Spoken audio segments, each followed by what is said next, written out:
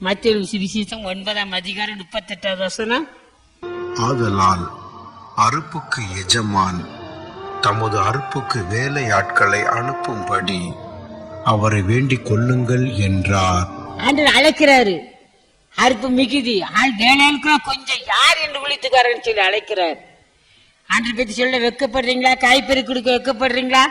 உங்க சாட்சி சொல்ல வெக்கப்படுறீங்களா? நம்ம வெக்கப்படுமா? தேவனை கர்த்தர் ஒரு நாள் அவர் வானத்தின் மேல பிதாவாகி தேவனோடு தூதரோடு வரும்போது நம்மளை பார்த்து வெக்கப்படுவார்.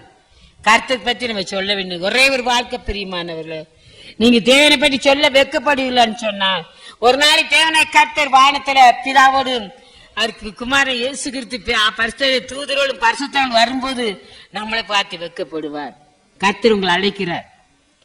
நம்மளை அழைக்கிறவர் உண்மை உள்ளவர். கர்த்தர் நம்மளை அழைக்கிறார்.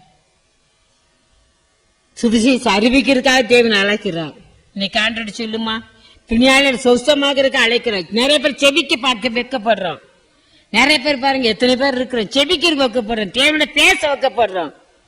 தேவன் வரப்போகிறார். அன்னைக்கு நம்ம என்ன செய்ய பிரியமானவர்களே, இன்னைக்கு ஆண்டவர் கருத்துல ஒப்பு கொடுங்க. ஆண்டவரே ஒப்பு கொடுக்கிற சுவாமி. வாசி பாருங்க, அப்போஸ்தலர் நடவடிக்கை புஸ்தகம் 5:12. அப்போஸ்தலருடைய கைகளினாலே அநேக அடையாளங்களும் அற்புதங்களும் ஜனங்களுக்குள்ளே செய்யப்பட்டது. உங்களை இன்னைக்கு என்ன அழைக்கிறார்? யார் இன்னைக்கு கர்த்தருடைய சத்தத்தை செவி கொடுக்க போறோம்? அழைக்கிறார் உண்மை உள்ளவர்.